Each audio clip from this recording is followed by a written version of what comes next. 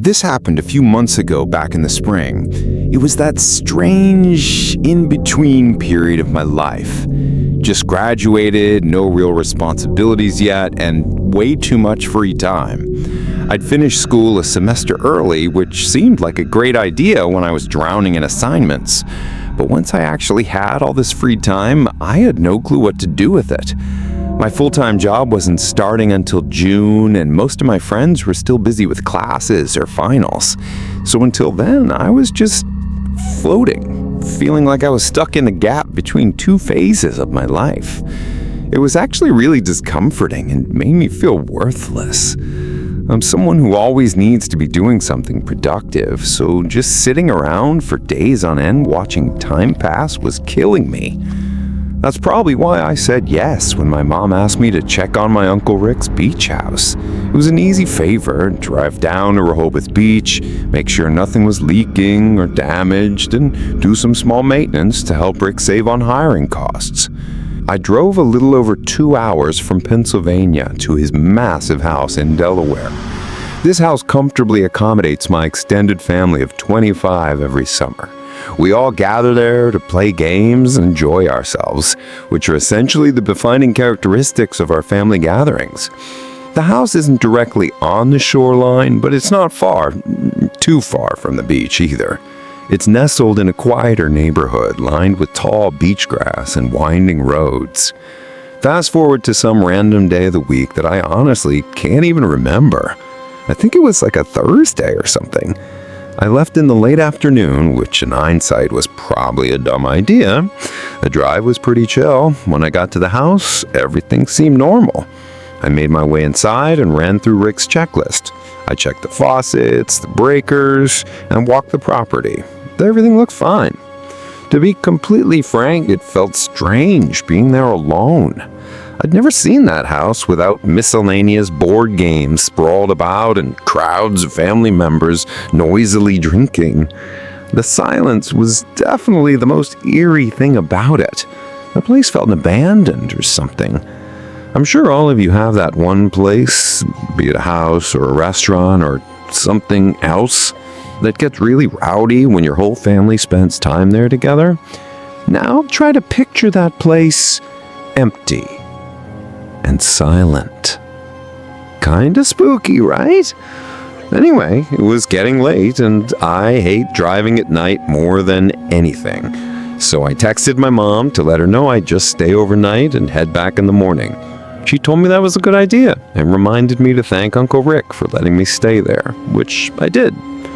I made myself some food, messed around on my phone for a bit, and then started washing up for the night. Usually during family gatherings, I got jammed into one of the smaller rooms on the 3rd floor, while other relatives got to claim the nicer, bigger rooms. I'm not complaining about the system at all. I'm just telling you how things tended to go. Since I had the house to myself that night, though, I figured I'd take advantage of it. The master bedroom on the 2nd floor has a private bathroom, a massive walk-in closet, and a ridiculously comfortable bed. The decision wasn't exactly difficult. I knew that's where I'd be sleeping. I climbed in around midnight and quickly drifted off. I don't remember what time it was when I woke up, only that something startled me awake. I was a little groggy, but I was dead sure sound had just come from the closet, like something had fallen in there. Without making any noise, I craned my head to look at the closet. Even that small action sent my heartbeat racing. My mind was awake, but my body refused to move, like some kind of sleep paralysis without the paralysis. I could move, I just didn't want to. I didn't want to find out if there was something in that closet. I squeezed my eyes shut and told myself to go back to sleep, and I almost did. But the literal second I started drifting back into sleep, I heard it. A muffled thump from inside the closet. I squinted my eyes just as smidge and tried convincing myself I'd imagined it, but I knew I hadn't. As if overcome by some invisible force, I lay there in complete paralysis with no control over my body whatsoever, not like before. This time it was real. I couldn't move even if I wanted to. Until that moment, I didn't truly understand what it meant to be frozen in place. I listened in horror as the closet door slowly creaked open. Through barely open eyes, I watched as a dark figure stepped into the room. It just stood there, beside the bed, motionlessly watching me. Maybe 20 seconds passed, each second feeling impossibly long. Then, silently, it turned and left the room. I stayed completely still, barely breathing. The footsteps moved across the floor, but instead of heading downstairs like I'd expected them to do, they actually creaked upstairs to the 3rd floor. My stomach churned. The only staircase led up. There was no exit from there. My mind was screaming at me to do something, but I was too afraid. I couldn't overpower a grown man. I had no idea if he was armed. The only thing I could do was wait. After a few painful moments in my own head, I worked up the courage to snap myself out of the paralysis. Quietly, I reached for my phone and dialed 911. As soon as the dispatcher picked up, I whispered as quietly as I could, telling them someone was in the house. I slipped out of bed and just as quietly turned the lock on the bedroom door. Then I waited. Minutes dragged painfully by until flashing red and blue lights illuminated the windows. I was actually kind of shocked at how quickly the police arrived.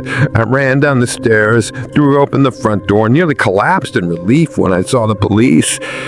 They didn't hesitate. They stormed inside, moving quickly through the house.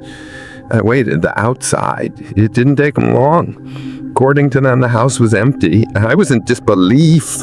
I had heard the footsteps go up, and there was nowhere to go after that, so he must have been still in the house. There was no other explanation. The police insisted he must have slip past me, that I was too freaked out to notice, but I know that wasn't true. But what could I say? The guy had vanished. I wasn't comfortable letting the police just leave, though, so I called Rick. Rick wasn't having it. He snapped at the police and told them to check again and that my life might have depended on it. So they did. They searched again, more thoroughly this time. Rick told me to follow them and watch what they were doing, and so I did. The officers moved methodically, opening every closet and checking under beds, tapping at the walls like they were expecting something hidden behind them. They pulled back the shower curtain in every bathroom, double-checked the locks and the doors and the windows, and that's when they found it. One of the bedroom windows on the 3rd floor, the room I should have been sleeping in, was unlocked. One of them stood by the door, while the other one went downstairs and stepped onto the back deck. I opted to go outside with the second officer, mostly because the thought of being locked in the house with some stranger sickened me. The officer shined his light around the property, but there was nothing out there. He started scanning the roof, and to my horror, his beam swept across something terrifying. It was him. It was that stranger that had been in the house. He was just sitting there on the roof. He was this disgusting-looking tall man in tattered clothing who looked like he hadn't seen a shower in years. The next hour was a blur. The cops communicated with each other and they got the guy off the roof in cuffs. The cops said he was probably homeless and squatting in the house for days or maybe longer. But when they asked him how he got in the house, how long he'd been there, and why he was hiding in the closet, he didn't answer. He just kept that eerie thinking look like none of it mattered to him. He was in the back of one of their police cars shortly after that. And that was that. The whole thing was so crazy that it's hard to wrap my head around. As much as I try, I cannot figure out why that guy had been hiding in that closet of all places. Maybe he heard me enter the house and hid in the first place he thought of. I still don't know how he got in the house. Rick doesn't either. It's impossible to get to the roof from the ground, so I feel like that explanation is pretty illogical. The rest of my extended family has been insisting that Rick up his home security, but he's refused every time for reasons I can't explain. I thought that had I been sleeping in my assigned bedroom, that might have ended very differently. My buddy Mike has a beach house on the Jersey Shore. Calling it a beautiful property would be an understatement. It's magnificent. Or at least it's someone who never came for much. That's what it feels like to me. I obviously don't know the history too well. It's not my family's house, after all. But from what I do know, that house has been in their family for generations. Mike's grandparents had been trying to use it as their permanent place of residence through the longest time. But unfortunately, they recently passed away. Without anyone living there anymore, the house is dormant most of the time, since most of Mike's extended family lives on the West Coast, and Mike's parents are too busy to make good use out of it.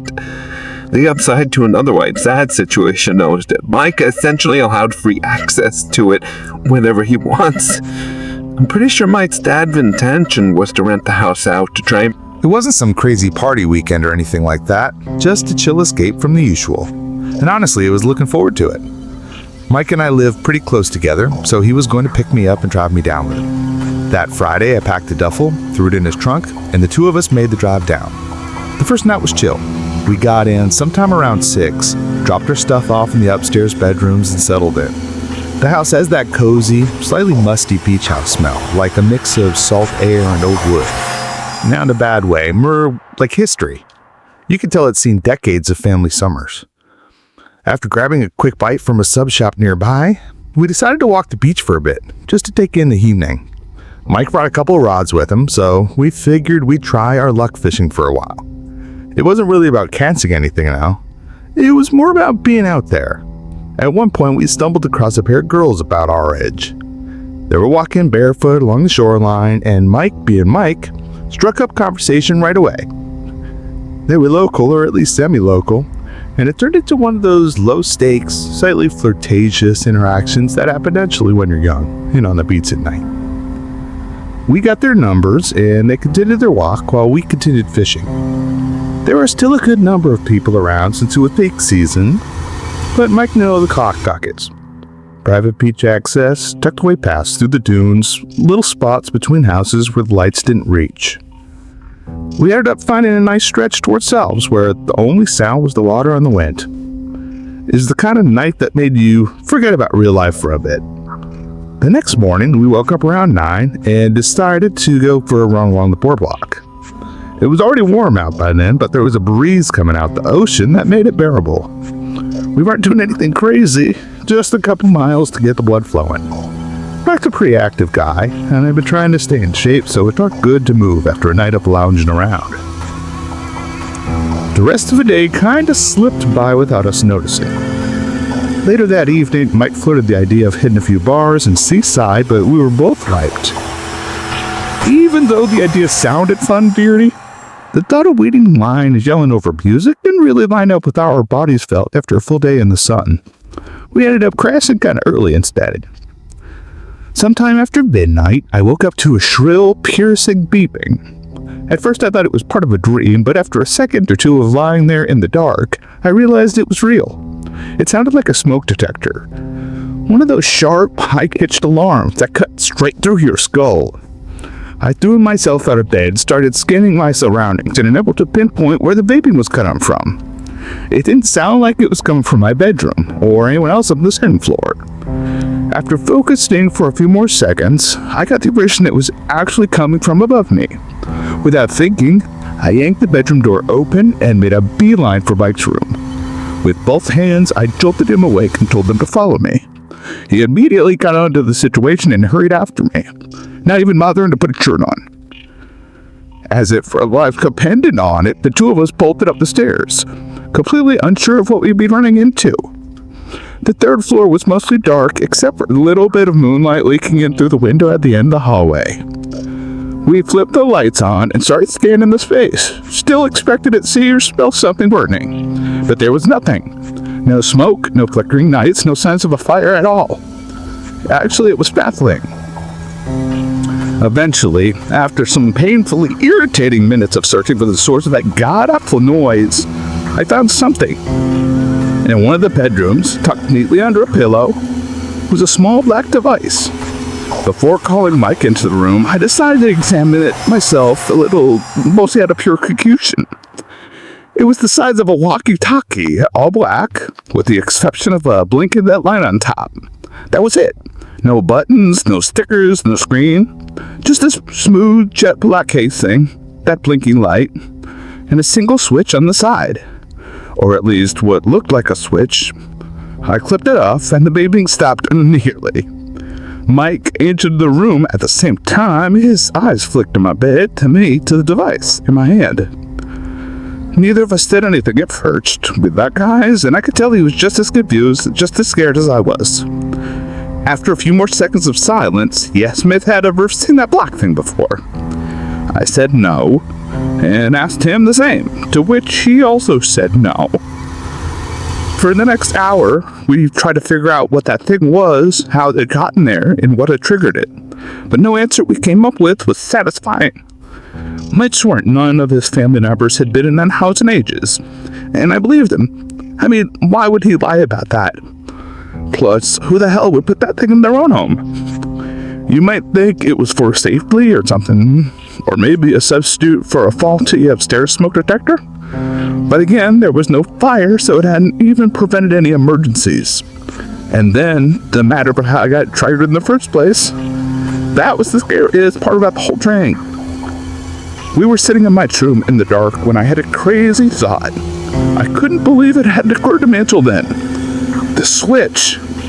I'd hold out the device and very quickly flipped the switch on and off, and you guessed it. The shrill beeping started up again and stopped as soon as I cleared it off. Both of us froze, and Mike whispered, "Oh my God." The thought hit us both at the same time. The only way to operate the device was by hand. Someone else was in the house. We didn't waste any time. Mike dialed the police while I locked the door, barricading it as best I could.